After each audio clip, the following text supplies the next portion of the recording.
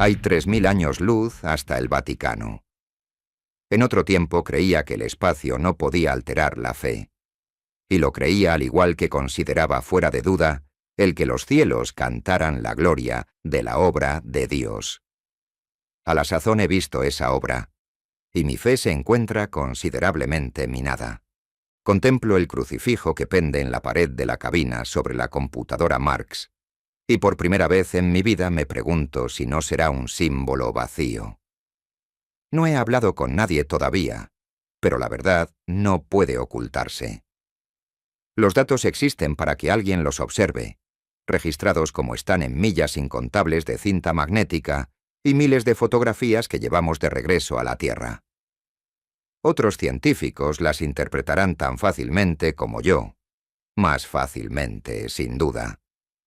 No soy quien para simular la manipulación de la verdad que tan pésimo prestigio proporcionó a mi orden en los días pasados. La tripulación está ya bastante deprimida. Me pregunto cómo se tomarán esta última ironía. Pocos de cuantos la componen tienen fe religiosa, y no obstante, no se aprovecharán de este arma definitiva usándola contra mí. Guerra privada, honrada pero fundamentalmente seria, que ha tenido lugar durante todo el trayecto desde que salimos de la Tierra. Era divertido tener a un jesuita de primer astrofísico. El doctor Chandler, por ejemplo, nunca pudo asimilarlo del todo. ¿Por qué serán ateos tan notorios los hombres entregados a la medicina? A veces me encontraba ante el tablero de observación, donde las luces permanecen siempre amortiguadas y el resplandor de las estrellas con gloria inalterada. Se me acercaba entonces y se quedaba contemplando el exterior por la gran escotilla oval, mientras los cielos giraban con lentitud en torno de nosotros a medida que la nave se balanceaba de punta a punta con la escora que no nos habíamos molestado en corregir. «Bueno, padre», acababa diciendo al final, «esto prosigue una eternidad tras otra. ¿Acaso lo hizo alguien? Sin embargo, ¿cómo puede creer usted que ese alguien ha de tener un interés especial en nosotros y en nuestro miserable mundillo? Esto es lo que no puedo entender». Comenzaba entonces la disputa, mientras las estrellas y las nebulosas giraban en derredor de nosotros en silenciosos e infinitos arcos que se abrían del otro lado del plástico de la escotilla de observación. En mi sentir era la aparente incongruencia de mi posición lo que, de veras, divertía a la tripulación. En vano argumentaba yo con mis 3 artículos en el Diario Astrofísico y mis 5 de noticias mensuales de la Real Sociedad Astronómica. Les recordaba que nuestra orden había conseguido no poca fama por sus trabajos científicos. Podíamos quedar pocos ya, pero desde el siglo XVIII habíamos hecho aportes a la astronomía y la geofísica que no podían ni siquiera evaluarse. ¿Dará al traste con 1000 años de historia mi informe sobre la nebulosa del Fénix? Me temo, empero, que dará al traste con muchas más cosas. No sé quién bautizó a la nebulosa con ese nombre que tan malo me parece. Si contiene una profecía, esta no podrá verificarse hasta dentro de 1000 años. Hasta la palabra nebulosa es equívoca, ya que el Fénix es mucho más pequeño que esas magníficas acumulaciones de gas, la materia de las estrellas nonatas, que se esparcen por toda la longitud de la Vía Láctea. En escala cósmica, por supuesto, la nebulosa del Fénix es una cabeza de alfiler, una tenue cáscara de gas que rodea a una estrella única, o lo que queda de esa estrella. Mientras se alza por encima de las líneas del espectro fotómetro, la rubensiana pesadez de Loyola parece burlarse de mí. ¿Qué habrías hecho tú, padre, con este conocimiento que me ha sobrevenido, tan alejado del pequeño mundo que era todo el universo que tú conociste? ¿Habría triunfado tu fe en la prueba, como la mía ha fallado ante ella? Miras en la distancia, padre, pero por mi parte he ido más allá de lo que pudieras haber imaginado cuando fundaste nuestra orden hace 2000 años. Ninguna otra nave investigadora ha ido tan lejos de la Tierra. Nos encontramos en las mismísimas fronteras del universo explorado. Nos propusimos alcanzar la nebulosa del Fénix. Lo conseguimos y regresamos con el conocimiento sobre nuestros hombros. Desearía liberar mis hombros de esa carga, pero en vano te invoco a través de los siglos y los años luz que se alzan entre nosotros. Las palabras son transparentes en tu libro de reglas. Hay un mensaje, pero se trata de un mensaje que ya no puedo creer. ¿Habrías seguido creyendo tú de haber visto lo que hemos encontrado? Por supuesto, sabíamos lo que era la nebulosa del Fénix. Todos los años, solo en nuestra galaxia explotaban más de 100 estrellas, aumentando durante horas o días su fulgor miles de veces antes de sumergirse en la muerte y la negrura. Son las novas ordinarias, las consabidas catástrofes del universo. He registrado los espectrogramas y curvas de luz de docenas de ellas desde que comencé a trabajar en el observatorio lunar. Pero 3 o 4 veces, cada 1000 años, tiene lugar algo distinto junto a lo que hasta una nova palidece con total insignificancia. Cuando una estrella se convierte en supernova, puede, durante un breve instante, apagar el brillo de todos los soles de la galaxia.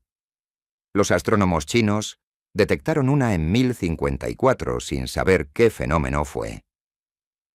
5 siglos más tarde, en 1572, estalló una supernova en Casiopea con tanto brillo que fue visible a la luz del día. En los 1000 años transcurridos desde esa fecha, han tenido lugar 3 explosiones más. Nuestra misión era visitar los restos de una catástrofe tal para reconstruir los sucesos que la habían precedido y, de ser posible, saber la causa.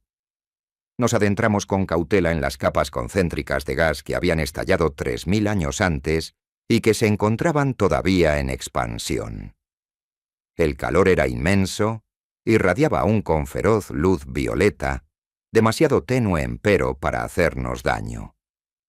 Cuando la estrella explotó, sus estratos exteriores irrumpieron hacia arriba con velocidad tal que habían salido por completo de su campo de gravitación.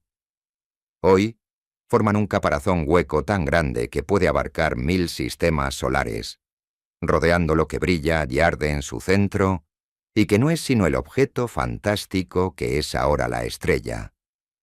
Una masa blanca, más pequeña que la Tierra, pero con un peso 1.000.000 de veces mayor. Las capas de gas brillante nos rodeaban y desvanecían la noche normal de los espacios interestelares. Volamos en el interior de una bomba cósmica que había detonado milenios atrás y cuyos fragmentos incandescentes eran todavía metralla. La inmensa escala de la explosión y el hecho de que su onda expansiva hubiera alcanzado ya un volumen de espacio de muchos billones de millas, despojaba a la escena de todo movimiento perceptible.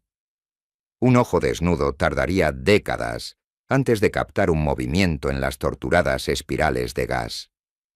Sin embargo, la sensación del estallido lo dominaba todo.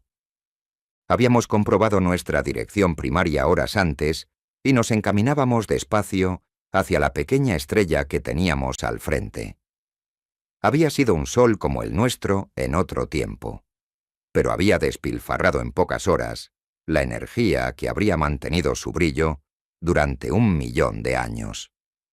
A la sazón se encontraba como un tacaño desplumado que escatimara sus recursos en un intento de reparar su pródiga juventud. Seriamente, nadie esperaba encontrar planetas. Si alguno hubo antes de la explosión, se habría convertido en ráfagas de vapor, y su sustancia se habría confundido con la estructura de la estrella misma. Pese a todo, investigamos rutinariamente, como siempre que nos aproximábamos a un sol desconocido, y dimos con un mundo diminuto que daba vueltas en torno de la estrella a una distancia inmensa. Tenía que haberse tratado del Plutón de aquel desvanecido sistema solar, dando vueltas en las fronteras de la noche. Demasiado lejos del sol central para haber conocido la vida, su distancia misma lo había salvado del destino que sin duda habían seguido todos sus compañeros. Los fuegos de la explosión habían afectado su capa rocosa y quemado la costra de gas helado que en sus días lo habría cubierto. Aterrizamos y encontramos la bóveda. Sus constructores hicieron seguramente lo mismo que habríamos hecho nosotros. La señal monolítica que se erguía sobre la entrada era a la sazón una masa fundida. Pero desde que tomamos las primeras fotografías desde lejos, supimos que aquello había sido obra de la inteligencia. Poco después, detectamos la capa de radioactividad que había quedado enterrada en la roca. Aun cuando el pilón que descollaba sobre la bóveda hubiera sido destruido, esta capa habría permanecido inmóvil, pero como faro eterno que llamaba a las estrellas. Nuestra nave descendió hacia aquel gigantesco ojo de buey como una flecha corre hacia la diana. El pilón debió alcanzar 1 milla de altura cuando fue construido, pero a la sazón parecía un cabo de vela que hubiera sido derretido y convertido en amasijo de cera. Nos costó 1 semana pasar por la capa rocosa fundida, ya que no teníamos las herramientas apropiadas para el caso. Nuestro programa original fue dejado de lado. Aquel monumento solitario, que hablaba de un trabajo realizado a una distancia tan grande del Sol destruido, solo podía tener un sentido. Una civilización que supo, cercana a su muerte, había alzado su último adiós a la inmortalidad. Habríamos tardado generaciones enteras en examinar todos los tesoros que encontramos en la bóveda. Ellos tuvieron mucho tiempo para prepararla, ya que el Sol debió dar sus primeros avisos muchos años antes de la explosión final. Todo lo que quisieron preservar, todos los frutos de su genio, lo llevaron hasta aquel mundo distante en los días que precedieron al fin, esperando que cualquier otra raza los encontrara y no hiciera caso omiso de ellos. Si hubieran tenido un poco más de tiempo, podían viajar con soltura de un planeta a otro, pero todavía no habían aprendido a salvar los golfos interestelares, y el sistema solar más cercano se encontraba a 100 años luz de distancia. Aun cuando no hubieran sido tan intranquilizadoramente humanos como mostraban sus esculturas, no hubiéramos podido menos que admirarlos y lamentar su destino. Dejaron miles de registros visuales y máquinas para proyectarlos, junto con elaboradas instrucciones gráficas de las que no resultaba difícil deducir su lenguaje escrito. Examinamos muchos de aquellos registros y revivimos con ellos por vez primera, en 6000 años, la calidez y hermosura de una civilización que tuvo que ser superior a la nuestra de muchas maneras. ¿Acaso habían dejado memoria solo de lo mejor? Pero sus mundos eran encantadores y sus ciudades habían sido construidas con una gracia que se relacionaba con la de cualquiera de las nuestras. Las contemplamos en pleno funcionamiento y escuchamos su habla musical a través de las centurias. Recuerdo todavía una viva escena. Un grupo de niños en un banco de extraña arena azul jugaban con las olas como los niños juegan en la tierra. Y hundiéndose en el horizonte, todavía cálido, amable y vitalizador, se encontraba aquel sol que pronto habría de trocarse en traidor y de olvidarse de toda aquella felicidad inocente. Posiblemente, de no haber estado tan lejos de la tierra y de no habernos encontrado por ende tan propensos a la soledad, no nos habríamos conmovido tanto. Muchos habíamos visto ruinas de antiguas civilizaciones en otros mundos, pero nunca nos habían afectado tan profundamente. La tragedia era única. Para una raza, sucumbir y decaer era una cosa, como las naciones y las culturas habían hecho en la tierra. Pero ser destruida tan completamente en pleno florecimiento, sin dejar supervivientes, ¿cómo podía conciliarse ello con la misericordia de Dios? Mis colegas me preguntaron esto, y les di las respuestas que supe. ¿Acaso tú lo habrías hecho mejor, padre Loyola?